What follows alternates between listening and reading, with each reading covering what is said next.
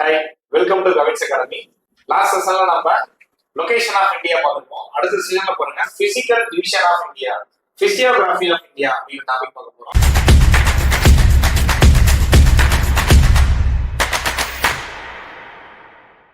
இந்தியாவுடைய நிலப்பிரிவுகள் அப்படிங்கிறது ஓகேங்களா, பிசிக்கல் டிவிஷன் ஆஃப் இந்தியா ஓகேங்களா, or physiographical division of India ஓகேங்களா. இதுல வந்து பாருங்க இந்தியாவோட பரப்பளவு 32,87,263 சதுர கிலோமீட்டர். நாம எப்படி எப்படிலாம் பிரிச்சிருக்கோம் அப்படிங்கிறத டாபிக் பார்க்க போறோம். நார்மலா சரி, இந்தியாவுக்கு மட்டும் இல்ல, எல்லா பகுதிக்கும் பொதுவான நிலப்பரப்பு என்ன அப்படின்னா 3 வகையான நிலப்பரப்பு ஓகேங்களா. என்னென்ன நிலப்பரப்பு பாருங்க, சமவெளி, அடுத்து வந்து பாத்தீங்கன்னா இதை விட கொஞ்சம் உயரமான இடம் பீடபூமி, அடுத்து வந்து மலைகள் அப்படின்னு சொல்லுவோம் ஓகேங்களா. ஃபர்ஸ்ட் வந்து பாத்தீங்கன்னா மவுண்டைன்ஸ், அடுத்து வந்து பாத்தீங்கன்னா பிளாட்டூஸ், அடுத்து வந்து பாத்தீங்கன்னா பிளைன்ஸ். கடல் மட்டத்துக்கு சமமா இருந்தா ஏறக்கூடிய சமமா இருந்தா அது பேர் சமவெளி பிளைன்ஸ் சொல்லுவோம். இதை விட கொஞ்சம் உயரமா இருந்தா அது பேர் பீடபூமி அப்படின்னு சொல்லுவாங்க, அல்லது உயர் நிலம் ஓகேங்களா. பீடபூமியா அல்லது உயர் நிலங்கள் அப்படின்னு சொல்லுவோம் ஓகேங்களா. Highland, plateaus is nothing but highland compared to the plains. சமவெளியில ஒப்பிடும் பொழுது கொஞ்சம் உயரமான நிலப்பரப்பு பேர் தான் பீடபூமிகள் அப்படின்னு சொல்லுவோம். அதுக்கப்புறம் இருக்குது மலைகள் ஓகேங்களா. ஃபர்ஸ்ட் வந்து பாருங்க இந்தியா நிலப்பிரிவுகள்ல இது வந்து எல்லா நாட்டுக்கும் காணும் ஓகேங்களா. இந்தியா நிலப்பிரிவுகள் நாம ஃபர்ஸ்ட் பார்க்கும்போது இமயமலை, இது எங்க வரும், மவுண்டேன்ஸ்ல வருமா, இமயமலைகள், ஹிமாலயாஸ் ஓகேங்களா. அடுத்து வந்து பாத்தீங்கன்னா கிரேட் நார்த் இந்தியன் பிளைன்ஸ் அப்படிங்கிறது, the great north Indian plains. வடபெரும் சமவெளி, the great north Indian plains ஓகேங்களா. அடுத்து வந்து பாருங்க இதுலயே ஒரு சப் டாபிக் தான் the great Indian desert, the great Indian desert ஓகேங்களா. அடுத்து வந்து பாருங்க தீபகற்ப பீடபூமி, இந்திய பெரும் வடபெரும் சமவெளியில ஒரு பார்ட் தான் இந்திய பெரும் பாலைவனம். அடுத்து தீபகற்ப பீடபூமினா பெனின்சுலா ஓகேங்களா. அதுக்கு அடுத்து பாருங்க கடற்கரை சமவெளி, கோஸ்டல் பிளைன்ஸ். லாஸ்டா பாத்தீங்கன்னா ஐலாண்ட் ஓகேங்களா. இந்தியாவோட நிலப்பரப்பை நம்ம 5ஆ பிரிக்கிறோம் ஓகேங்களா. 1 இமயமலை, அடுத்து வடபெரும் சமவெளி, வடபெரும் சமவெளியில் ஒரு பார்ட் இந்திய பெரும் பாலைவனம், அடுத்து தீபகற்ப பீடபூமி, கடற்கரை சமவெளி, தீவுகள் அப்படின்னு சொல்லி பார்த்திருப்போம். இதுல ஃபர்ஸ்ட் நம்ம பார்க்க போறது பாருங்க இமயமலை, ஹிமாலயாஸ் அப்படிங்கிறது ஓகேங்களா. இந்த இமயமலை அப்படிங்கிறது பாருங்க youngest and highest fold mountain அப்படின்னு சொல்லுவோம். Youngest and highest fold mountain, இளமையான மற்றும் உயரமான மடிப்பு மலை அப்படின்னு சொல்லுவோம் ஓகேங்களா. சார் ஏன் இந்த மடிப்பு மலைனா என்ன சார் கான்செப்ட் அப்படின்னா ஒண்ணும் இல்ல, fold mountains were originate from the tectonic movement ஓகேங்களா. tectonic movement இருக்கறனால fold mountain வந்து பாத்தீங்கன்னா உருவாகுது ஓகேங்களா. மடிப்பு மலைகள் உருவாகுறதுக்கான புவித்தட்டுக்கள் வந்து பாத்தீங்கன்னா ஒன்று மோதுவதால பாத்தீங்கன்னா மடிப்பு மலைகள் வந்து பாத்தீங்கன்னா உருவாகுது ஓகேங்களா. இதுல இளமையான மடிப்பு மலை அப்படிங்கிறது இமயமலை, இதே பழமையானது அப்படின்னு சொல்லிட்டீங்கன்னா ஆர்வலி மலை அப்படின்னு சொல்லுவோம் ஓகேங்களா. அடுத்து வந்து பாருங்க இந்த இமயமலை நம்ம என்ன சொல்லுவோம்னா அபோர்ட் ஆஃப் ஸ்னோ அப்படின்னு சொல்லுவோம் ஓகேங்களா.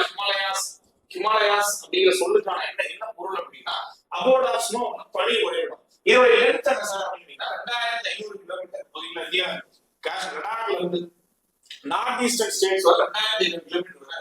அடுத்த அகலம் பாருங்க 200ல இருந்து 500 கிலோமீட்டர் ஓகேங்களா. இமயமலையுடைய அகலம் அப்படிங்கிறது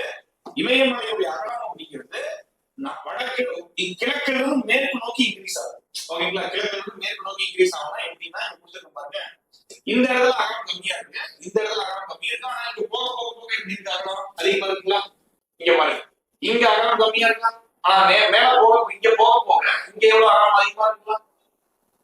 இங்க எப்படி இருக்கு, அகலம் கம்மியா இருக்கா, புரியுதுங்களா. அதனால சொல்றோம் வடகிழக்கு மாநிலங்கள்ல இமயமலையோட அகலம் வந்து கம்மியா இருக்கும். இதே அகலம் நீங்க ஜம்மு காஷ்மீரை நோக்கி கிழக்கு மேற்கு நோக்கி போக போக அகலம் அதிகமாக 500 கிலோமீட்டர் பாத்தீங்கன்னா வரும். சிகரங்களின் இருப்பிடம், லேண்ட் ஆஃப் பீக்ஸ் அப்படின்னு சொல்லுவோம். ஏன் சார் அப்படின்னா உலகுல 14 உயரமான சிகரங்கள்ல 9 உயரமான சிகரம் இமயமலையில இருக்கு. Himalayas hold 9 out of 14 peaks ஓகேங்களா. 9 out of 14 peaks in the world ஓகேங்களா. புரியுதுங்களா. சரி ஓகே. அடுத்து வந்து பாருங்க இந்த இமயமலையில இருக்கக்கூடிய ஒரு பகுதி தான் த பாமிர்ஸ் அப்படின்னு சொல்லுவோம். த பாமிர் நாட் திபெத்தில் இருக்கு. இது என்ன சொல்லுவோம் பாருங்க, ரூஃப் ஆஃப் த வேர்ல்ட், உலகின் கூரை அப்படின்னு சொல்லுவோம் ஓகேங்களா. ரூஃப் ஆஃப் த வேர்ல்ட்னா உலகின் கூரை அப்படின்னு சொல்லுவோம். ஓகேங்களா, இதெல்லாமே இமயமலைகள். சார் உலகின் கூரைன்னா என்ன? இது வந்து பாத்தீங்கன்னா ஒரு ரூஃப் மாதிரி இருக்கும். சார் இது பாம்பை முடிச்சு ஏன் சொல்றாங்க அப்படின்னு சொல்லிட்டா, it connects the highest peak of the Himalayas from the highest peak coming from the China. ஓகேங்களா, அதாவது இந்தியாவினுடைய உயரமான சிகரங்களையும் சீனாவில் வரக்கூடிய உயரமான சிகரங்களையும் கனெக்ட் பண்ணுது. கனெக்ட் பண்றதுனால இந்த பகுதி ஒரு கூரை மாதிரி இருக்கு. இது பேர் தான் பாம்பை முடிச்சு அப்படின்னு சொல்றாங்க. ஓகேங்களா, முடிச்சுன்னா ரெண்டு பகுதி கனெக்ட் பண்ணணும் இல்லையா? ஓகேங்களா, அதனால இது உலகின் கூரை அப்படின்னு சொல்றோம். ஓகே, நெக்ஸ்ட் வந்து பாருங்க, இதனுடைய இன்னொரு சிறப்பு, இது இமயமலையுடைய இன்னொரு சிறப்பு என்ன அப்படின்னு வற்றாத நதிகளினுடைய பிறப்பிடம். ஓகேங்களா, அதாவது it is a place where perennial rivers were originated like Ganges, Indus, Ganges, Brahmaputra. ஓகேங்களா, கங்கை, பிரம்மபுத்திரா, சிந்து, இண்டஸ், கெஞ்சஸ், பிரம்மபுத்திரா, சிந்து, கங்கை, பிரம்மபுத்திரா போன்ற வற்றாத ஆறுகளினுடைய பிறப்பிடம். ஓகேங்களா, எதுனா இந்த இமயமலை அப்படிங்கிறது. புரியுது இல்லைங்களா? ஓகேங்களா, அடுத்து சார் இமயமலை எப்படி பிரிச்சிருக்காங்க அப்படிங்கறத அடுத்து பார்க்க போறோம். இமயமலைய மூணா பிரிச்சிருக்காங்க. எப்படின்னு பாருங்க, நான் இமயமலையை வெர்டிகலா பிரிக்கிறேன். வெர்டிகலா பிரிச்சோம்னா ஒண்ணு இது பேர் தான் மேற்கு இமயமலை. அடுத்து இது பேர் தான் மேற்கு இமயமலை. இருக்கும்போது இன்னொன்னு என்ன இருக்கும், கிழக்கு இமயமலை ஒண்ணு இருக்குமா? கரெக்ட் தானே? அதே மாதிரி வந்து பாருங்க, இந்த பார்ட் பேர் தான் இமயமலை. ஓகேங்களா, நம்ம ஃபர்ஸ்ட் என்ன பார்க்கணும் அப்படின்னா மேற்கு இமயமலை, அது டிரான்ஸ் இமயமலை, அது திபெத்தியன் இமயமலை அப்படின்னு சொல்லுவோம். Western Himalayas or trans Himalayas or Tibetan Himalayas அப்படின்னு சொல்லுவோம். திபெத்தியன் ஹிமாலயாஸ் மேற்கு இமயமலையாலும் ஒண்ணுதான். ஓகேங்களா, டிரான்ஸ் இமயமலையாலும் ஒண்ணுதான், திபெத்தியன் இமயமலை அப்படின்னாலும் ஒண்ணுதான். ஓகே, சரி, ஓகே. இதுல வந்து பாத்தீங்கன்னா இதனுடைய ஏன் திபெத்தியன் இமயமலை அப்படின்னு சொல்றோம், major part of the Himalayas situated in the Tibetan plateau, so it was called as a Tibetan Himalayas அப்படின்னு சொல்றோம். ஓகேங்களா, சரிங்க சார். இதனுடைய ஆவரேஜ் ஆல்டிடியூட் என்ன? சராசரி உயரம் ஆவரேஜ் ஆல்டிடியூட் 3000 மீட்டர். ஓகேங்களா, இதனுடைய சராசரி உயரம் 3000 மீட்டர். அதுக்கடுத்து பாருங்க இதனுடைய சிறப்புகள் என்ன.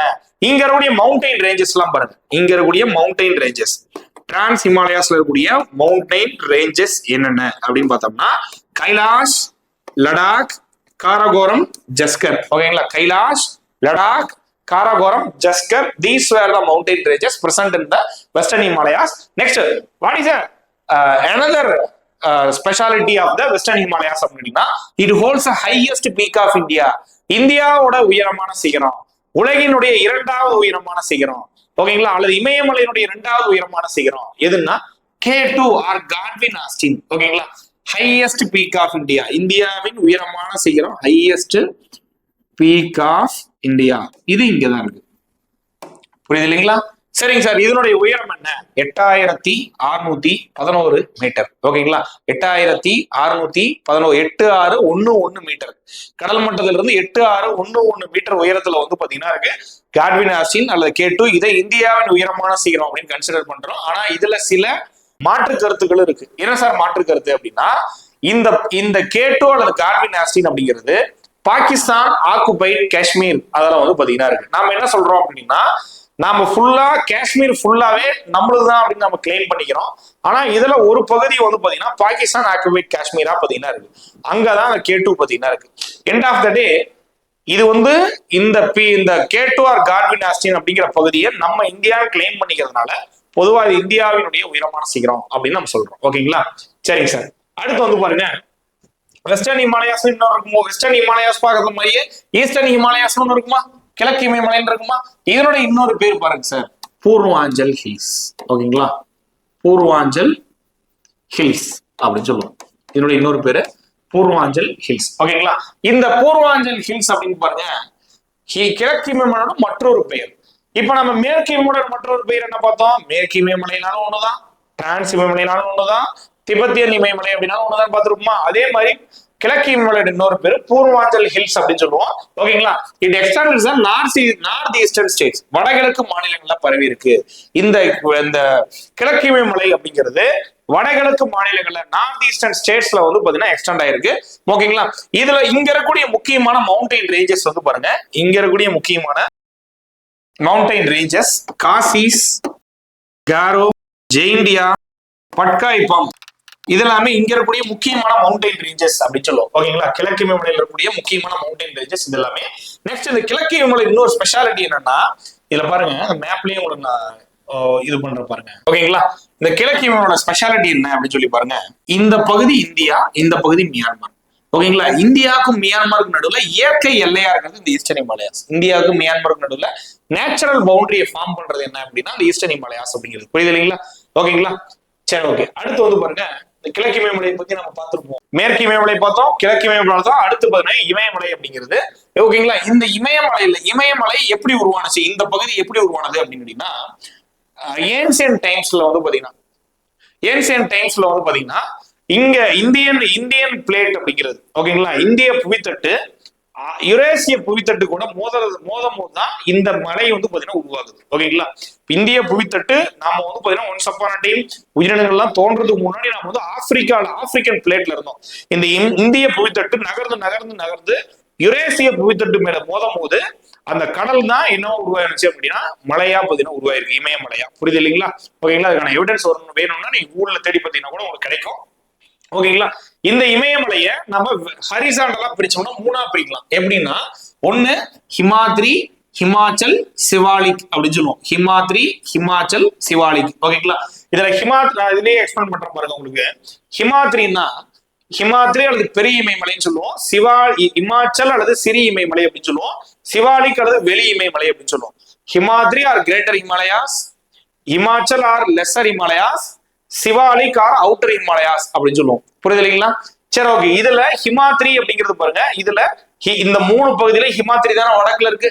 அப்ப இமயமலையின் வடபகுதி மற்றும் உயரமான பகுதி எது அப்படின்னா ஹிமாத்ரி. ஓகேங்களா, இமயமலையின் வட மற்றும் உயரமான பகுதி. It was northern and highest part of the Himalayas.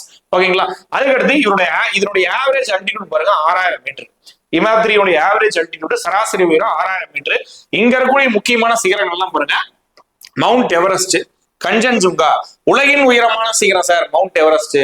அதுக்கடுத்து இந்தியாவின் 2வது உயரமான சிகரம் சார் கஞ்சன்ஜுங்கா. இது எல்லாமே வந்து பாத்தீங்கன்னா இந்த இமாத்ரியில தான் இருக்கு. இந்தியாவோட உயரமான சிகரமான K2 அல்லது காட்வின் ஆஸ்டின், அது மேற்கு இமயமலையில பாத்தீங்கன்னா இருக்கு. உலகின் உயரமான சிகரமான மவுண்ட் எவரெஸ்ட், இந்தியாவோட 2வது உயரமான சிகரமும் உலகின் 3வது உயரமான சிகரமுமான கஞ்சன்ஜுங்கா இந்த ஹிமாத்ரியில பாத்தீங்கன்னா இருக்கு. ஓகேங்களா, அடுத்து இந்த ஹிமாத்ரியில தான் வந்து பாத்தீங்கன்னா கங்கோத்ரி, யமுனோத்ரி இருக்கிறதுனால அந்த ஆறுகளினுடைய பிறப்பிடமா வந்து பாத்தீங்கன்னா அது கருதப்படுது. ஓகேங்களா, அதுக்கடுத்து ஹிமாச்சல் அல்லது சிறிய இமயமலை.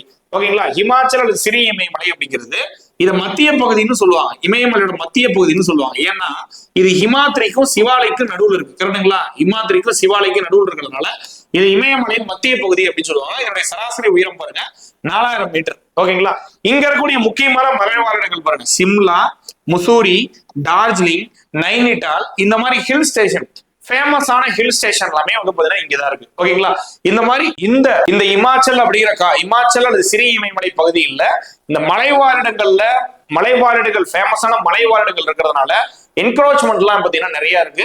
இதனாலேயே இந்த பகுதி வந்து பாத்தீங்கன்னா மண்ணரிப்புக்கு உள்ளாகக்கூடிய ஒரு பகுதியா வந்து பாத்தீங்கன்னா இந்த இமாச்சல் அப்படிங்கிற பகுதி வந்து பாத்தீங்கன்னா இருக்கு. ஓகேங்களா, இதுதான் நம்ம இமயமலையினுடைய மத்திய பகுதி அப்படின்னு சொல்லுவோம். நெக்ஸ்ட் இதுல சில மலைத்தொடர்கள் இருக்கு. என்னென்ன மலைத்தொடர் அப்படின்னு கேட்டீங்கன்னா மகாபாரத், தல்வார், பீர்பாஞ்சல். இந்த மலைத்தொடரும் பாத்தீங்கன்னா மலைத்தொடர்களும் இங்க இருக்கு. அடுத்து சிவாலிக் அல்லது வெளி இமயமலை அப்படின்னு சொல்லுவோம். சிவாலிக் அல்லது வெளி இமயமலை இமயமலையின் தென்பகுதி அப்படின்னு சொல்லுவோம். இதை பாருங்க, இமயமலையினுடைய தென்பகுதி மற்றும் இமயமலையின் உயரம் குறைவான பகுதி அப்படின்னு சொல்லுவோம். ஓகேங்களா, it was a southern and low altitude part of the Himalayas. Average altitude was 1000 metre. அப்போ இங்க 6000, இங்க 4000, இங்க 1000. நார்த் டு சவுத் வர இது என்ன ஆகுது, இந்த ஆல்டிடியூட் வந்து கம்மியாகுதுங்களா. Next what is important feature of Shivalik was it was a discontinuous range. ஓகேங்களா, இது வந்து பாத்தீங்கன்னா ஒரு தொடர்ச்சியற்ற மலைத்தொடர் அப்படின்னு சொல்லுவோம். ஓகேங்களா, ரிமைனிங் இருக்கிறது வந்து பாத்தீங்கன்னா ஹிமாத்ரி, ஹிமாச்சலம் ஓரளவுக்கு தொடர்ச்சியானது. பட் இது தொடர்ச்சியற்றதுனால வந்து பாத்தீங்கன்னா சிவாலிக்க தொடர்ச்சியற்றது அப்படின்னு சொல்றோம். சரிங்க சார், அடுத்த கான்செப்ட் நம்ம போறதுக்கு முன்னாடி, இந்த வடபெரும் சமவெளிகள் அப்படிங்கிற கான்செப்ட் போறதுக்கு முன்னாடி இந்த இமயமலையோட இம்பார்ட்டன்ஸ் என்ன அப்படின்னு சொல்லி கேட்டீங்கன்னா, இந்த இமயமலைகள் நம்மளுக்கு பல விதத்துல வந்து பாத்தீங்கன்னா ரொம்ப முக்கியத்துவமா இருக்கு.